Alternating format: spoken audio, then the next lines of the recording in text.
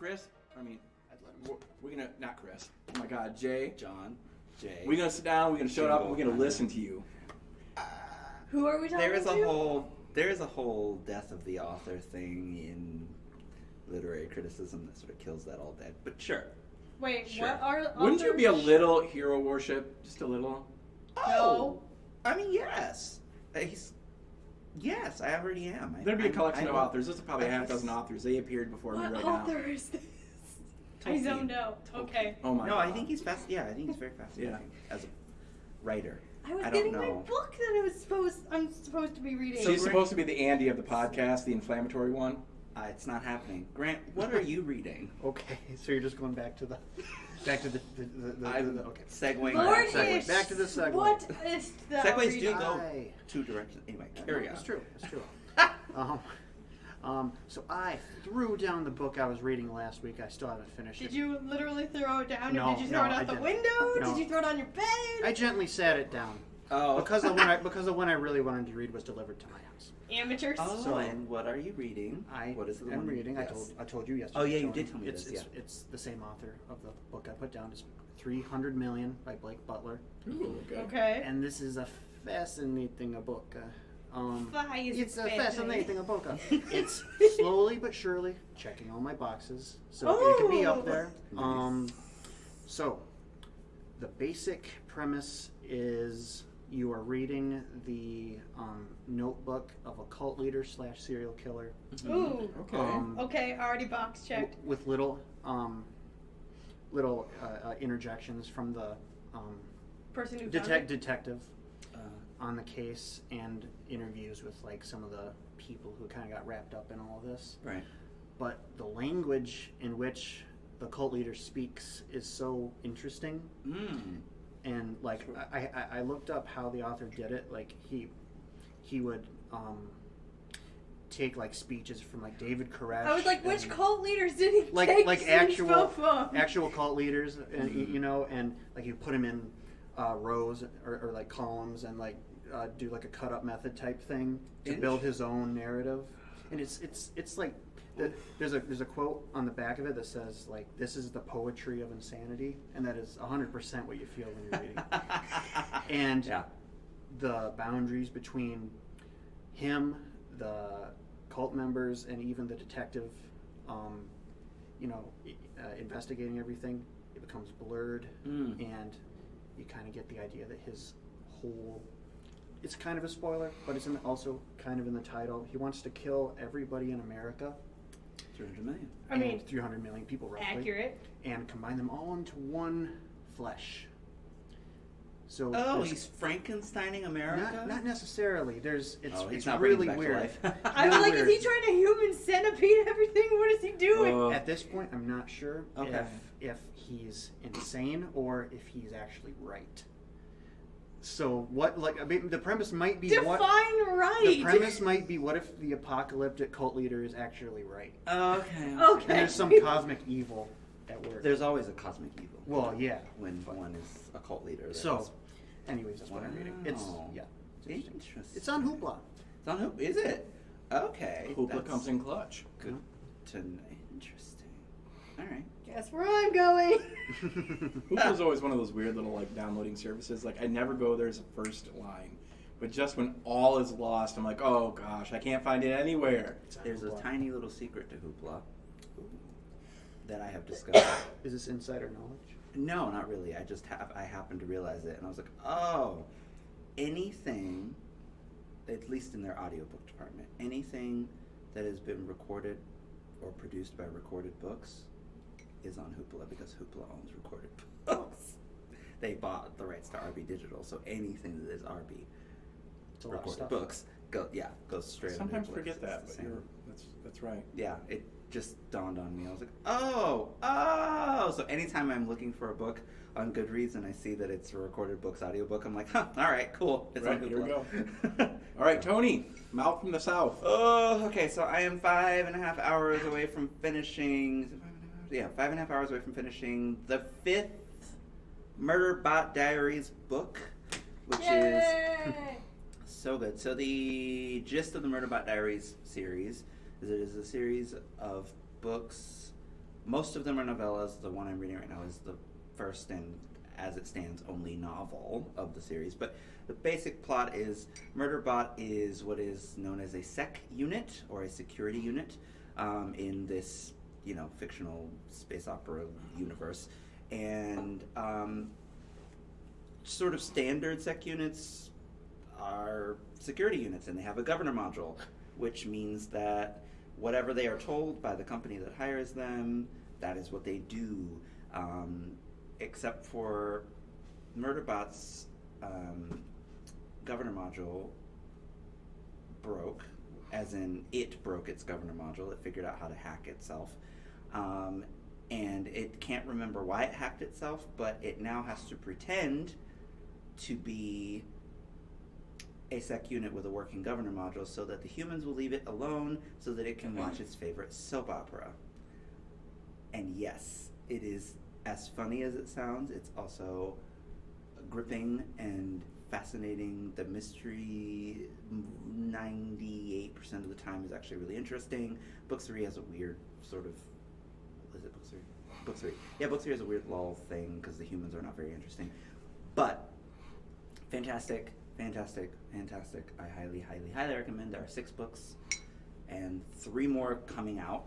So, it's fantastic. Just in case I missed it, where are you listening to these? Hoopla. They're all Okay, available on just making Hoopla. sure. They are read by the fantastic, inimitable Kevin R. Free, who should read everything in the universe. Whoa. Easy there. Easy. He should read everything. I love Kevin. He is fantastic. There needs to be like a claymation style celebrity death match of audiobook narrators. Kevin R. Free. It's a battle Are you royale. gonna do this like Robot Bonnie Chicken style? Yes! Let's get it on! Yes! Kevin R. Free walks into a little ring. Bonnie Turpin comes out of the woodworks. Dion Graham. Are they all going to narrate what's happening? Yes. Wait, I think Alan Corduner I feel like is the dark horse. I feel like Andy Serkis should narrate what happens. Just because he's fantastic. Andy Serkis too. There's so many good ones out there. Fiona Hardingham, respect. Anyways, but Kevin R. Free. No, I love him. He is fantastic. great. Yeah, he's really good. He narrated one of the voices of The Taking of Jake Livingston. It was. He did. Yeah, he narrated Jake. Thank you. Yeah. And I can't remember the other. They both did wonderful. They were both really good. Oh yeah, that other. I cannot remember his name, but he's fantastic too. Mm-hmm. He narrated Simon versus the Homo sapiens agenda. I need to Beautiful. do that. Yeah. Also, Lin-Manuel Miranda is disgustingly good at narrating audiobooks. On that note too, Connection, David Diggs. Oh yeah, I could see that. He needs to do more. I could see that. Yeah. Supreme Overlord of everything in the library. Yes. What are you reading? What am I reading? Well, I actually just pulled it off the shelf, and so I just kind of want to give it a thing before I actually get to start reading it when I go home. Okay. It is called The Lost Causes of Bleak Creek. It's by Rhett McLaughlin. Oh. I don't know that one. I was finding a book from Melcat that was returned too long on the shelf, and I found it, and I was like, oh, this looks cool, and so I grabbed it, and so now I read the inside, and I went, well, I guess I'm taking this home. Cool. The story is basically, you know Rhett and Link, like the YouTubers or whatever? No. Vaguely, that Rhett is the one who wrote it. It's set in like 1992 in some like small North Carolina town. It's your average sleepy, tiny Southern Baptist town type deal. Except there's a school along with the other school called the Whitewood School, and it's like a reformatory. Mm-hmm. And if you are in trouble or punished, you are sent to that school instead. And there's some like creepy like things that go along with it. The two main characters are Rex and Leaf, and they have to go. They're like thinking like nothing of it, and then they see a girl get sent there as punishment, and they're like, well, LOL, what's going on with this? So they team up with some grad student who's trying to get their film degree, and they decide to go figure out what's wrong and why this school is considered as scary as it is, and they start uncovering stuff about town and all that fun stuff. So I'm kind of giving this, before I even get in there, like kind of like a weird like 90s Stranger Things vibe going on here. Okay. Yeah. Game wise, I'm starting Neo 2. It is a Japanese Souls-like game. Mm-hmm. It is basically your Dark Souls or your Elden Ring, but Japan, 1500s, more samurai, more demons, that type of deal. Got it. And so that's what I'm starting to play, because I just like Souls-like games, but I still play them anyways because I hate everything. Andy, Dungeon Master Human. Wait. What? Dungeon Master Parental Unit. Dungeon Daddy. Oh. Dungeon Master Parental Human. You know, that kind of creeped me out a little bit, Grant. Just a little bit, but at the same time, dial it up. Okay. I like feeling uncomfortable sometimes. I'm just going to scream it out loud every time over top of everyone. What are you reading? Actually, right now, I am reading nothing. Again? Ow. I'm not necessarily in a reading slump, per se. Are you in between things? I'm in between things. Okay, well, what was the last thing you read, and what are you anticipating to read? I know what I'm reading next. Oh. The last thing I finished was A Court of Thorns and Roses. Oh, right. And that was several weeks ago. Yeah. And I started reading A Court of Mist and Fury. Right. But I paused it for a second and realized I have a bunch of podcasts and stuff I want to catch up on. I was a few weeks behind on my Critical Role watching, which, for those of you who don't know, Critical Role is Fantastic. online Love it. Dungeons and Absolutely. Dragons, a group of nerdy, I was going to say how they say it in the show, but I have to be careful, audiences, nerdy voice actors who get around a table and play D&D. Yes. And it's insanity, it's fun, it's geeky, and, I've been catching up on that. And even a few more TV shows than I normally would get into. Oh, right. Yeah, We've been watching Doctor Who at home. We're 3 episodes in, because, the two of us together, we're both busy. Rings of Power, which will tie into future discussion in this podcast. Mm-hmm. And I did a couple days ago, like a week ago. Actually, it seems so long ago. Wow, that's awful. I watched Lord of the Rings trilogy. But which edition did I watch? Probably extended. The only edition that matters. Oh God, you're one of those. And no, there's nothing wrong with there's nothing wrong with the other editions. I will always choose the extended every single time. Even with the things that I wish they would remove from it, like remove back, like put back in the vault. Listen, you want the extended edition and then you want them to remove stuff? No, I will never test it. Like, even if I think there are things that I think they should. I'm like, But you think they should? Okay, we'll get there. yeah. Today's, as a follow-up from a few podcasts ago, Tony and Team podcasts Talking ago. Tolkien Part 1, we were talking books. And now we're going to move on. And, of course, we don't live in a vacuum here. We're going to reference the books a little bit here and there. Oh, sure. But we're focusing on the silver screen and the smaller screen. So we got our eyes on you, Lord of the Rings trilogy, The Hobbit, and, of course, the recently released and epic, for all of you naysayers who are definitely wrong. Can I get an amen? Amen. That's right. Rings of Power on Amazon Prime. RuPaul wants his word back. My amen is real password. Duh. Come on. Okay. The library is open. You act like I watch it. Okay. So Okay. What are we? What's the? So really quick, have you watched any of the films before, Aaron? Yeah, it's been so long that like brain is broken and doesn't exist. So I'm here to antagonize you. Keep going. She is playing the Andy of the podcast. I'm the Andy Okay. of the podcast. All right. Lord Or Ish. shout out to Jen, who would be asking all the antagonizing questions in this podcast as well. Sure. Grant. Okay. Yeah. Films. Films, Have you watched them? of course. The Hobbit. Many times, yes. Unfortunately. Unfortunately, I would ooh. have to agree with that. There's going to be no disagreement on that. They're so bad. Which is so disappointing because there are really amazing performances within that trilogy. And there's good moments, Yeah. but yeah. there's so much filler There's- and just CGI garbage. It's honestly for me it is the fact. The filler I don't mind it with one exception. Okay. I think the White Orc is the biggest mistake that trilogy made. Okay. If you pull out that whole White Orc thread, they'd be fine. Would they be perfect? No, because there's some visual cues that are just like, what were you thinking? But that whole White Orc thing, it gets in the way. Everything, every confrontation is about Thorin's. In fact, It begins in the first Hobbit movie when we first learn of the White Orc. We have this entire, let's pause the forward motion of the story and tell a campfire tale of the time that Thorin Oakenshield became Thorin. Are you serious? No one cares. Like, Is this Richard- like Inigo Montoya going to go find the guy who kills his father and just no, randomly interjected? it's like no, it's like it's crap. It is. So, I don't even understand it. It's like Thorin already has motivation. Why do we need to give him Another one? motivation? Like, I don't.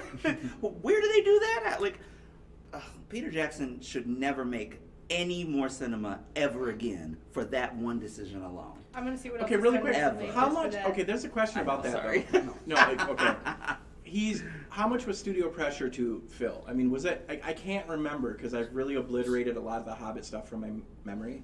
So it was originally going to be 2 films Right. directed by Guillermo del Toro. Correct. Oh, Last wow. minute, which would have been awesome. Why I not? That would have know. been Last fantastic. minute, he dropped out for some reason that I forget, and then Del Toro, why? They had claimed it was a busy schedule because it was right before the movie that won him the Shape of Water. Shape of Water. It was like just before anyone even knew Shape of Water was going to be a thing, and then suddenly Del Toro begins his ride to the Oscars, and you're like, oh, that's why he couldn't be bothered with The Hobbit. Got it. No, That's my theory. Unrelated, Shape of Water is not my favorite Del Toro movie, but I'm happy that he got an award because he's a beautiful human being. Yeah, he's a fantastic. We love Del Toro. I did like that movie. We stand him. That's a whole nother. He is so good. Yeah. Yes, I agree. And so that, like basically, according to Lore. who directed Lord of the Rings? Peter Oh, Jackson. my Jackson. Peter Jackson. According to Peter Jackson, he had he was basically begged to come in and make it into a 3 movie. Yeah, thing basically by do the this. studio, so. Yeah, repeat And process. there's, if you watch the behind the scenes stuff, he's completely overwhelmed to an almost hilarious degree. I could see that. And there's just an image you could find online of him sitting just in a chair, Oh, surrounded by green screens, just like he has no idea what to do. When you say overwhelmed, like exactly what do you mean Like overwhelmed? they didn't even have a plan for the shooting day sometimes, and he had they had to come up with stuff on the spot. Oh. But he had a huge budget. Obviously. There was like So, no schedule of anything. No, and there were schedules obviously, but to my understanding, it was a very confused, not well thought through mess. Well, it almost Basically, they were scheduling it on their side, and they didn't let him in on the secret, I'm not sure. or if vice I- versa. It's probably a little bit of both. Ooh. so. That sounds so. Would it be fair to unprofessional. say that the Lord of the Rings, the initial trilogy, is a lesson in how to make Yes. a couple, like a trilogy of good films, and the next one is like, this is how you don't make a good set of films. Don't do anything we do. I in mean, this. it's a miracle that the original trilogy was so good. It Was as good as it was. Yeah, it Like, came together. There's some really weird. One of my friends has a running list of actors who almost were in Lord of the Rings. I think we talked about it before. Stuart Townsend was, I think, Aragorn. Who's Stuart? Stuart Townsend. Have you seen? I know that name. Okay, he's been in a few things, but have you seen Queen of the Damned? Yeah. Oh, that guy. He, Oh! yeah. Oh God. he I've looks been seen horrible. And like Peter Jackson was terrible. having none of yours, Yeah, he's terrible. But yeah, actually, Viggo Mortensen accidentally became Aragorn because Yeah. there were several people who were supposed to be Aragorn, and it just kept falling through for reasons. And Viggo was an extra, like he was an Aragorn extra. That they were just like, what about that guy? He's good at the fight choreo. That's why we hired him. Russell He's Crowe. got a whole Nicolas Cage. Yeah, Daniel no. Day-Lewis. Yeah, Oh, Daniel what? Day. Actually, Okay, Daniel Day-Lewis came the closest. That's the only other one I'd be. And that one would have been Liam Neeson I don't think Liam Neeson was ever on the as table. Boromir. Oh. He could have been an Okay. interesting Boromir. I don't know. This is from Screen Rant. Mm-hmm. Oh, don't trust anything Screen Rant says. Screen Rant is wrong about everything. I mean, you're not Um, wrong. I just Yeah, Screen Rant is fan made and Liam Neeson definitely could have worked though. I mean, as Aragorn just a little bit, but if you take him away from some of the like ridiculous man versus nature action crap that he's been doing, I don't see him as an Aragorn. Here's my problem. Okay, all right. I should just. have you ever watched Rob Roy really quick? This is part of my reason where I Right. don't. David Rob Bowie Roy? I don't think I've seen auditioned for Rob Roy. Lord of the Rings. Liam, really quick, Liam Neeson would have made a really good Who's the steward of Gondor? Denethor. Denethor. Denethor. Oh, He would have been a good Denethor. He would have been Ooh. fantastic. Denethor. I like the guy that played Although John the Denethor North we killed got it. was so Yeah. good. Yeah. Okay. I just still can't believe David Bowie auditioned for Elrond. Give it to David Bowie.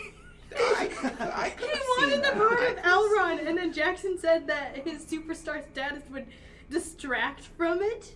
I mean, I can guess. I mean, given that, okay, so it is interesting to me that the most famous people attached to Lord of the Rings in the beginning were Sam and Frodo and Gandalf and Sauron. Everyone knew who they were. Kate Blanchett. Oh, I forget about Kate. But see, Kate Blanchett wasn't at the time. She had just done Elizabeth, so she was an Oscar darling. Okay. She wasn't what she became.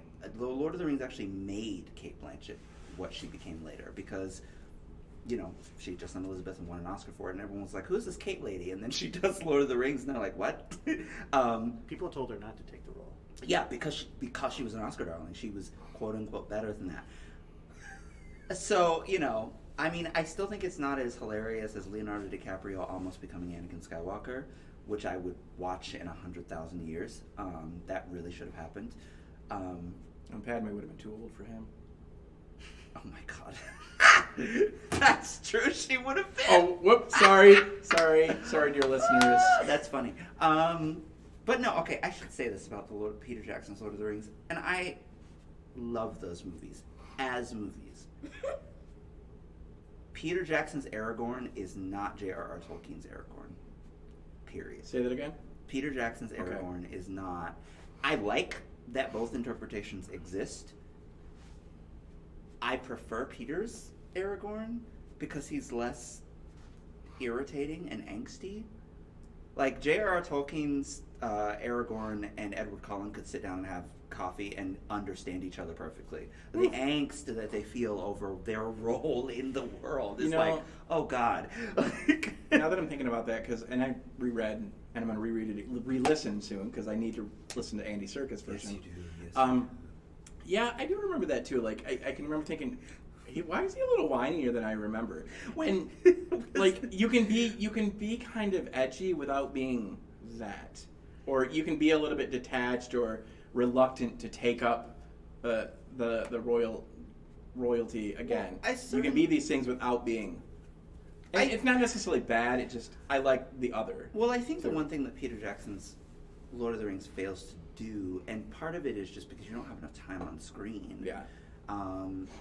Is that you don't see Gondor until the third film. So you don't. If Aragorn was to pontificate about the struggle he feels about rising to the throne, no one cares. Not when Frodo's being chased down by 9 black-cloaked riders, and the pressure is in other places. Right. Mount Doom. Jeez, what is that? Helm's Deep. Yeah. With all of that in the way, who cares about Aragorn's angst, right? And you have to want to care about it by the time you get to Return of the King, because that's kind of the point of Return of the King. So, I feel like in a lot of ways, how Peter Jackson interpreted the books was as best as they could have been interpreted at the time. Yeah. What I actually want to see is, and I don't know who would be good at this. I don't know if the director is out there right now, but I want to see someone else do it again. I want to see another Lord of the Rings trilogy adaptation. Brand new director, brand new writing team, brand new cast, all of it, just to see what we could do now that we couldn't do. So J.J. Abrams, written by no. Are you trying to? I'm gonna pass out on the floor. I can't. I was really thinking we're gonna have to edit out a death scene in this podcast today. I joke. Okay. Thank you. I was like, can we choose someone good? I was trying to pick out the worst possible. Oh, okay. Yeah, you were really. Oh no, Michael Bay. That was. Now the worst. Okay. I'm just gonna Now enjoy what is myself it, by you- reading the you IMDb bull. fun I'd facts. rather see a U-Bowl version just to see how low rent Lord of the Rings would look. Oh, God. I can't. It hurts. I don't know who we would. I don't know. It would be interesting just to see what a current director would do. I don't know who the director would be. Actual suggestion, maybe Robert Eggers. He made The Northman, which came out recently. Okay. I was kind of half and half on, but Sure. I think if you got his stuff together, you could pull it off. Sure. Yeah. Or Robert Eggers. Is it Robert Eggers? Is that? I think it's Robert Eggers. Oh. Because David Eggers is an author. Oh, you said Robert Eggers before, but Okay. then you doubted yourself. Yeah. That's I was okay. almost going to throw in, like, for argument sake, Matt Reeves. Okay.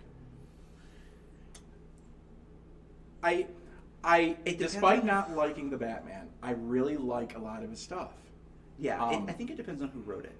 Yeah, Like because he works too closely with JJ, good point. and I don't want JJ anywhere near the project because he's terrible. He's actually really bad. If he can't steal from Lucas and Spielberg, then he doesn't work well, and he always steals the worst parts. Like Okay, Super 8 is a yeah. really good film, except that it's entirely the plot of E.T. with bigger monsters. Sean Connery was supposed to be Gandalf at one point. Yes, Sean Connery was Ooh, attached. I to don't Listen, know the I project am for just a reading the while. IMDb fun facts here. Yeah, Sean Connery was attached. He was for a while. offered $10 million per film for this, and then he turned it down because he didn't understand the story. That's literally what that it sounds. says. Yeah, I can that also sounds see about that. right. Yeah. Like Alec Guinness in Star Wars. Like, this is garbage. We're Yeah, not Alec, reading. yeah, Alec Guinness hated. Well, they all segue. They all not hated, but they all thought it was goofy. No, because nobody knew what was going on. So they passed the script around to their friends and family, and then when they showed up to the set of Empire Strikes Back, they literally were like, "All right, so we're putting a kibosh on everything. No one gets a script to take home." And they told in the whole confrontation scene between Vader and Luke. Yeah. They told them different things, so nobody killed your father. so nobody knew. No! And Harrison Ford didn't even know until they showed up to the premiere, and he leans over to Mark Hamill and goes, "Hey kid, you didn't effing tell me that." It's just hilarious. Anyway, Listen, some of these are hilarious. I should say that Who's- my actual favorite visual representation of Middle Earth, in terms of vibe, is the combined efforts of Rankin Bass and Ralph Bakshi. I think Ralph Bakshi gets it, like, first of all, it's just top-notch animation. Incredible work. If you have not seen this, it is Yeah. It is quite good. so good. It calls the movies The Lord of the Rings, but It's like the first two books. The first two books, yeah. And I don't know why Return of the King got chopped off at some point. They had started making it. I think like there was Yeah. a poster Excellent, for it, yeah. and there might have been Yeah. some storyboards Oh, and stuff. Really? But it never happened. have a Oh, I funny would have one. loved to see that. Oh, that sucks. Yeah. The vibe is so Tolkien. It works for me. I don't watch think it again. It's been a while. Yeah, I don't think that the family at the time agreed with that, but it doesn't matter what they think. They're all dead now. As a point before a segue, because we're talking about actors, and this is a fun point that I always like to talk about people, like translation from book to screen. First off, who should have played Tom Bombadil? Hagrid. If they, At the time? at the time and now. Oh, at the time and now? Who's your Have face at it. claims? Now, honestly, I would live to see Idris Elba as Tom Bombadil. Because Idris Elba doesn't get enough credit for his ability to do comedic acting. And Tom Bombadil has to have that, like, slight... He has to be able to get serious and you And look believe him scary. He and look has to walk scary, the line. But he has to walk the line. But he comes on in just this burst of, color and life, and Idris Elba could pull that off beautifully. That's never who I would have thought about it, but that would be I a approve. hell of a casting. Mhm. And he also looks ageless. That's the other thing. No, Idris and Elba Tom should be Bombadil in- has to look ageless. No, he should be in running to play every role. I mean, I agree. So, yes. Until someone beats him out. It's So, true. Idris Elba as James Bond win? Daniel Radcliffe should play Frodo. Yes! Because his twin already played Frodo. They don't even try to do any. No, type- no, Yeah, no, like he's they won't even have to. Yeah, he's they won't even have already to. Yeah, there. exactly. It would be perfect. Honestly, I would love to see, and it would look a little strange, but I think with the right prosthetics, they could make it work. I would honestly love to see. Oh my gosh, the kid who played Ron. Rupert. I would love to Rupert? see Rupert as his Sam. Rupert Grint? Why separate them? They would be fantastic. I mean, to be honest, I and think they would be already know how to hilarious. play off of each other. It would be so. He hasn't interesting. acted in so long either. Like, I think it'd be entertaining. Yeah, especially in something major like that. I mean, it would just he has the. I mean, If anybody important is listening to this podcast, please consider this. It would be interesting to see Rupert Grint as Sam. Lord-ish. Sorry. That was... No. As far as like actors back in the day, like in the 70s or 80s or whatever, for Tom Bombadil, like what kind of came to mind is I don't know the guy's name, but you know in Raiders of the Lost Ark, Indiana Jones's friend when he goes to the Middle East, and he's also in the Last Crusade. That actor. The older white man. His name is Marcus in the movie, I think. No. That's You're Jonathan Rhys Davies. Oh, Jonathan Rhys Who Davies. played Gimli? Oh, he's Gimli. Hey. And the voice of Treebeard. And the voice of Treebeard. He's already there! So yeah, he's already there. Well, you know what? Yeah, he might as well. He would be an interesting Tom Bombadil. I'm just going off his energy and His Indiana energy. Jones, 'cause Yeah, he that like could sings work. and stuff. Yeah. The problem is he does not look ageless, so That's true. we'd have to do. Can we also talk about, like, in the cast, like, I don't know if he was the tallest He was person. the But tallest. he's a of the, monster of a man. He was the tallest of the actors. And he's 6'1", and he was playing Gimli, who's a dwarf. That's actually really funny. Which actually, you talk about cinematography for a moment. Like, knowing what I know about the filming of Lord of the Rings and how they handled the height differences, particularly in the scenes with the stranger, who I think we know who the stranger is, but I'm not gonna say. Are we talking about Which the stranger? Two Which Towers? In Rings of the Power, sorry. In Rings of Power. Wait, which stranger? Came from the stars. Oh, the stranger. Oh, the stranger. The Starman. Oh my gosh. There's a star. The Played by Jeff Bridges. I'm Listen, kidding. The Starman is Gandalf, y'all. I hate to burst your little bubbles. Hashtag spoiler alert. Okay, let me explain to y'all just a tiny little bit, and Grant can feel free to burst Tony's my about to bubble. get all I might of be it. wrong. I don't- No, I know. I'm just gonna say Board. something about visual media. When they shoot something over and over and over again, that's them telling you. That's them what they call it, hanging a lantern on it. They're literally Pay saying attention. They are literally pay attention dangling to a this. dollar on a Like they're fishing not line. they're not being secretive about it. The second he stood up and the only piece of article of clothing that they gave him was long draping dark gray clothing for a tall elderly gentleman running around with hobbits. I don't know. Yeah. But to be fair, we had a conversation where at one point you were a little confused on that. And I'm like, Initially, dude, Gandalf. for and you're like, yeah. 5 minutes when I first because he shows up in such a weird way that I was like, what? And all the other elements were more interesting. And then I was like, oh wait a minute, oh yeah, it would be Gandalf. So it's like, and that was episode 2. Like it's okay to be confused at the end of episode 2. If we're on episode 5 and we've seen this guy for 5 episodes in the same costume. maybe just because I don't have as much expanded knowledge as other people do, but like I know enough how the Istari came to Middle Earth. Yeah, they're not doing that. I just have to tell you, they're they're doing it very differently. Yeah, they're But messing at the same with, time, I felt like I had enough of an experience with that. Like the minute he had that appearance, I'm like, oh, there's no doubt. And again, I've been staying away from anything. And I think I watched the barest minimum of a trailer at one point. Like, oh sure, yeah. I watched a trailer, but I don't remember. That I think that's why it took me by surprise. Is I was like, I don't remember there being okay, maybe all right. Well, we're gonna just. But yeah, that works. Thinking about that, like I'm watching those scenes particularly, so I can see how the people who are very average or normal height actors and actresses, next to him, because how they did it in Lord of the Rings. Do you remember how they did it? I don't actually. Did they It was a stand lot in of boxes? It was a lot of depth perception. Like it might look like Gandalf is like right next to Frodo, but he's like 10 feet away. Exaggeration, That's maybe. interesting. Okay. But they did a lot of stuff like that, so it was really creative how they handled that. Yeah, that is really smart. So it was very practical. Yeah. So I'm always kind of conscious of like, how does that look? How does that look? How do you know? I mean, it even applies a little bit to, and I'm really warming up to Elrond in the show. Oh, I love him so. First little thing, I'm like, he's not Hugo Weaving, but Hugo Weaving is the most overrated actor in SFF fandom. I have to tell y'all. Do I love him when I see him appear? Yes, but like. He has such a cult following that I don't understand. I'm like, he says 5 words a day. I don't want him replaced in anything that I've seen him in because he does the job, which is fine. But like, I don't really I'm not devoted to him, if that makes sense. Okay, fair, but like I just in terms of like the science fiction fantasy fandom, and I loved the Matrix Resurrections. I had a problem. There was no Agent Smith, as I love him. I want Agent Smith. There's Like no all the reason- other agents, nothing. You ain't got nothing on him. There was no reason to bring him back in any I know. Yeah, right. capacity. They brought Morpheus. well, you know. Kind of.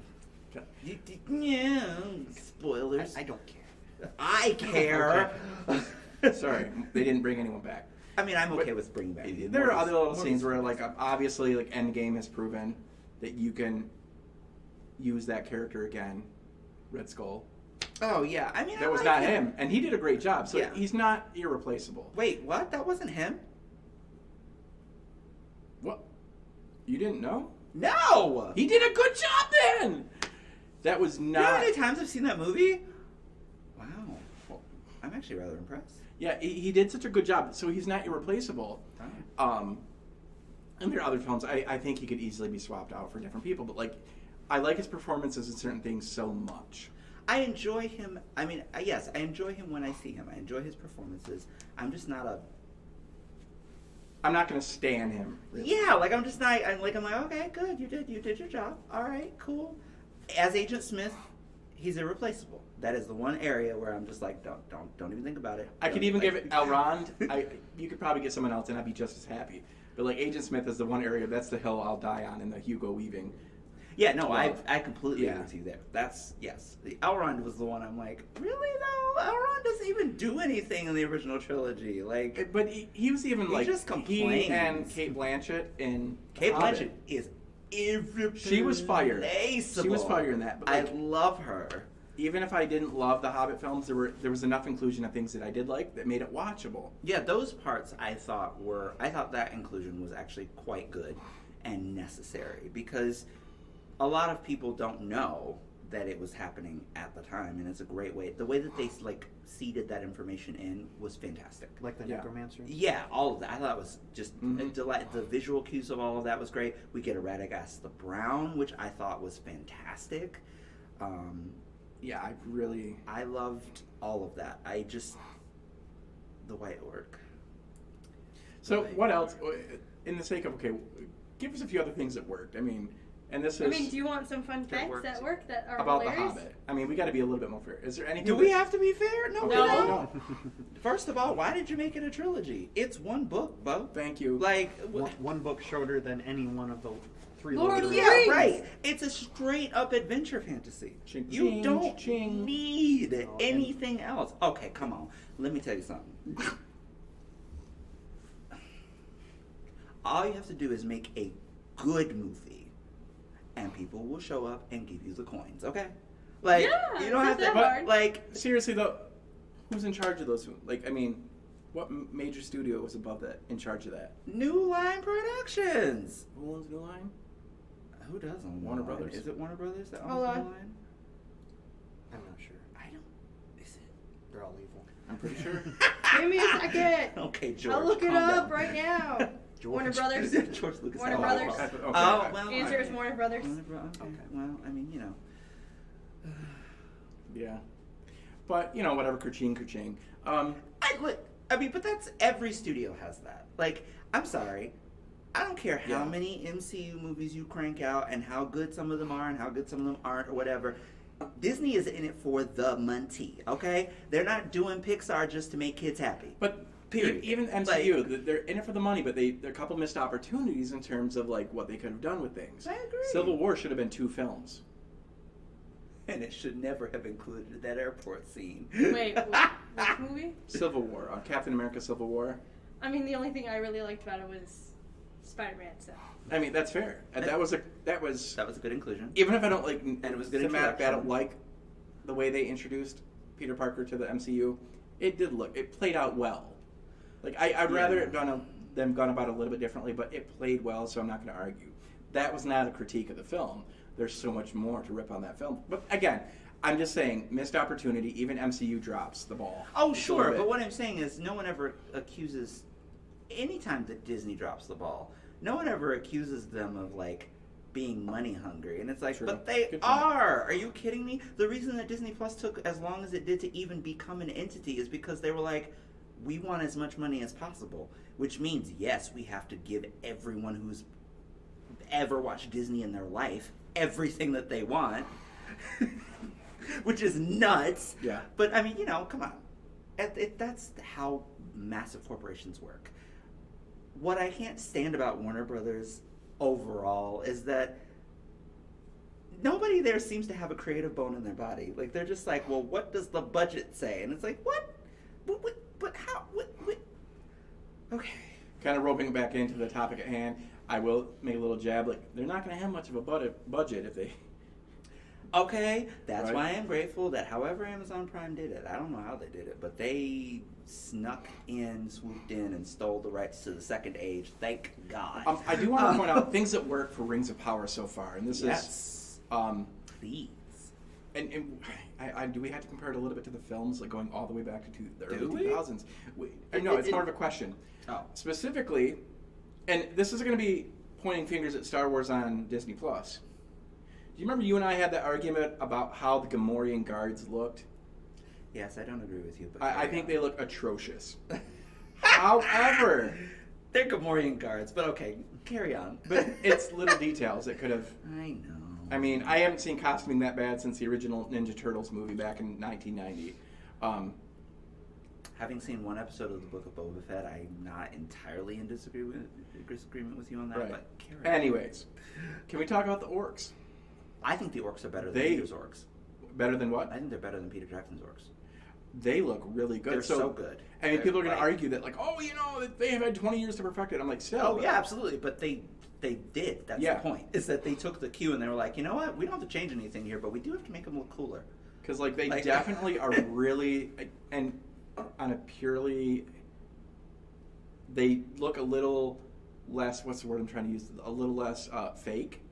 Yeah, exactly. the That's Hobbit. the point. Yeah, they Well, not even Lord of the Rings. Like, Oh, there yeah, was the Hobbit orcs are just like, yeah. there's something about that. But, like, we have this Amazon TV series that the orcs look great They, across the board. yeah, Um, yeah.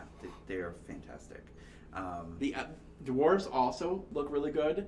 And I really, as much as I had that little complaint, I'm not even going to bring it up because it's stupid.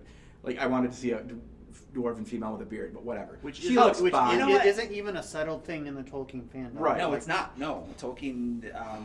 It was a note. It was really because all of this begins with a note. Yeah. That Tolkien's like, I wonder, and he's never really answered the question because he just didn't know. Like he was just like, it could be a thing, it couldn't be, and then Peter Jackson very cleverly fed the line to Gimli in the movie, and it's great because it stays with us. But it's like, you know, some of these things. Maybe like one dwarven woman at some point in the season can have a little bit of a... It would be fantastic. I would That'd be kind of a cool, like, love to see a bearded dwarf woman. Right. There's room for it. I just feel like their focus is elsewhere. But they look good. The dwarves look pretty dang good. I'm not as in... Like, I need to fall in love with the elves, the aesthetic of the elves. Like, they don't I think look... the point of the show at this point is maybe not to fall in love with the elves. I think the elves in due course will become our antagonists. Okay. Ooh. From a viewer's perspective. They're not the show's antagonists, but at this point in They're the supposed second... to make us hate them at this point. Well, because at this point in the second age, Celebrimbor is a character who is at this point sort of in the shadows. He's the older elf that sort of... He's the Ozai of the... Yeah, like Season he's one. he's the sort of like... I'm in the shadows he's making the this work. figure in the background, but if you know the name Celebrimbor, the second that they say the name, a chill went down. I was like, oh God, because he's the guy who unsuspectingly teaches Sauron the art of ring making. Oh. So Okay, I get it. at this point, it's like we don't even necessarily know who Sauron is yet. Like I am pretty certain. I'm like, okay, it's got to be this guy.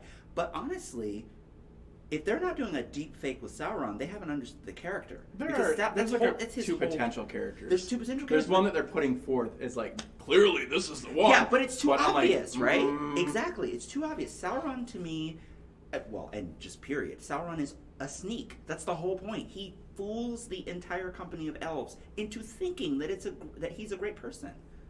So in order to do that, he has to be someone we've not spent time with, or we've spent time with thinking he's one thing and then he's a turncoat, you know?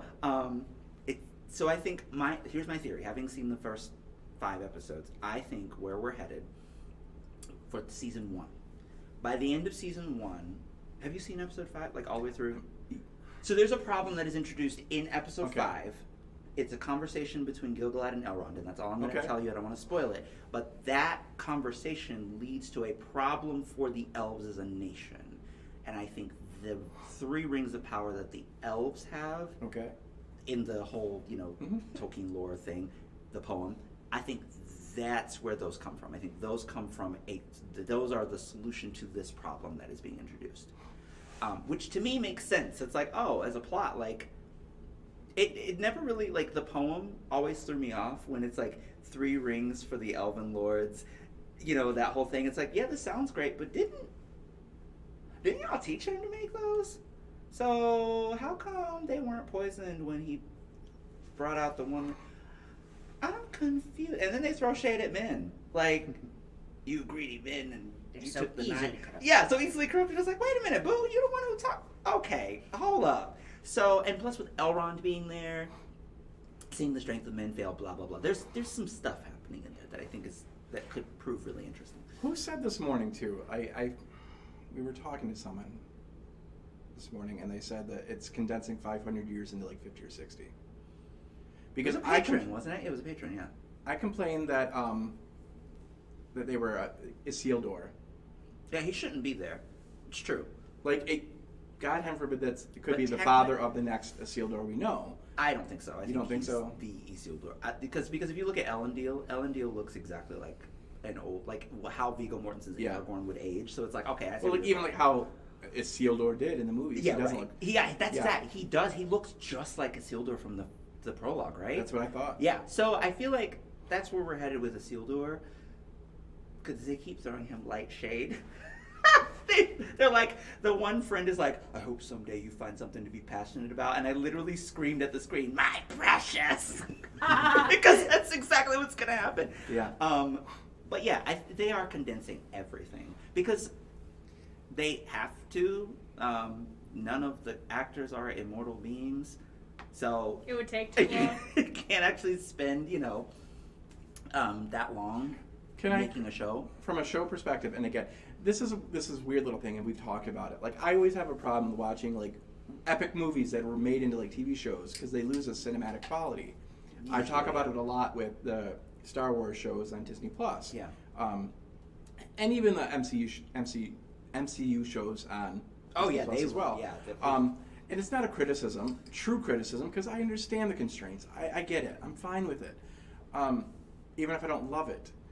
This one, I can obviously see where they're cutting corners here and there a little bit, but I'm very forgiving of it. Like, it's this weird little, like, I recognize that it has the flaws, not the flaws, certain characteristics that I don't like, visual, acting, whatever. I'm not going to go too in-depth with it right now, but it has things that I don't like in other experiences. Sure. But I'm like, okay, this is new.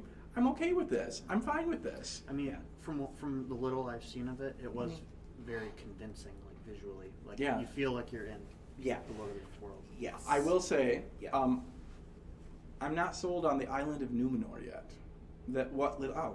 You mean like the set? Really? Not like there are Ding, bits. ding, There are like- some. Let's get it on. There are some like inner spaces in there. Like there's where the father of what is Elendil? Thank you. Yes. I totally forgot the name.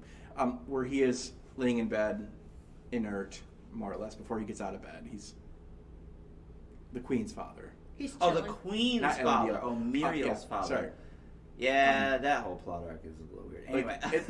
But like that room itself, where his bed chamber, that's visually impressive.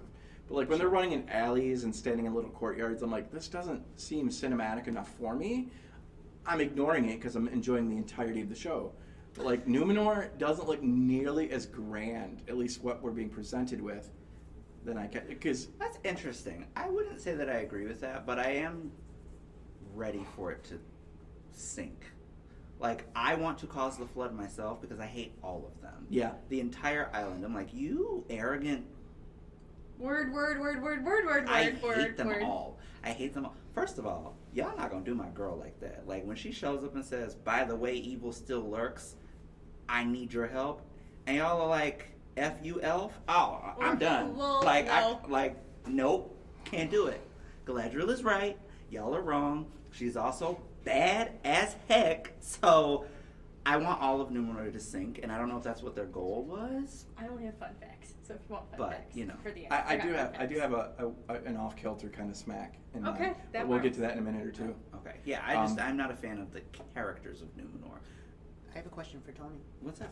Oh, do no. you happen to know if like the fall of Numenor, because like Tolkien was big into myths and stuff, do you Mhm. think it was inspired at least a little bit by like the Legend of Atlantis? Or Actually, I read that before. It is his It is? Atlantis. Yeah. Okay. Yeah, so Lewis and Tolkien, they were part of the Inklings writing group, and at one point I don't know if it was the entire group or if it was just Lewis and Tolkien, they challenged each other to write something that they wouldn't normally write, so that's how we get Lewis's space trilogy that he wrote for adults. That's Oh, where that all one. of that comes from. Because he was like a big nerd into like early science fiction, and he was just like, I want to do that, and so he did that. Tolkien kept trying and couldn't get his act together, so he just folded it into Middle Earth. He was like, yeah, that's what happens to Numenor, because that's what he did with everything. Did you know? Actually, I found this out recently, watching like a 12-minute interview with him. Yeah. The Hobbit was never supposed to be the Hobbit. What was it supposed to be? It was supposed to be something that didn't have anything to do with Middle Earth. He said that he sat down to write The Hobbit. He said the whole point of it was to write something that wasn't Hobbit, that wasn't Middle Earth at all. And all of a sudden, He wrote Middle Earth. Middle Earth was there, and he said that's where the ring. He said suddenly he was like, oh God, the ring is here, and so there it was. He was just caught. It's like you're writing a character, and then all of a sudden you're writing something completely separate to have a brain break from your character, and then the character just kind of shows up, and you're just like, well, fine. Well, you it's can be because here. it all came about because the interviewer that was interviewing him was trying to basically be like, see, you wrote an allegory.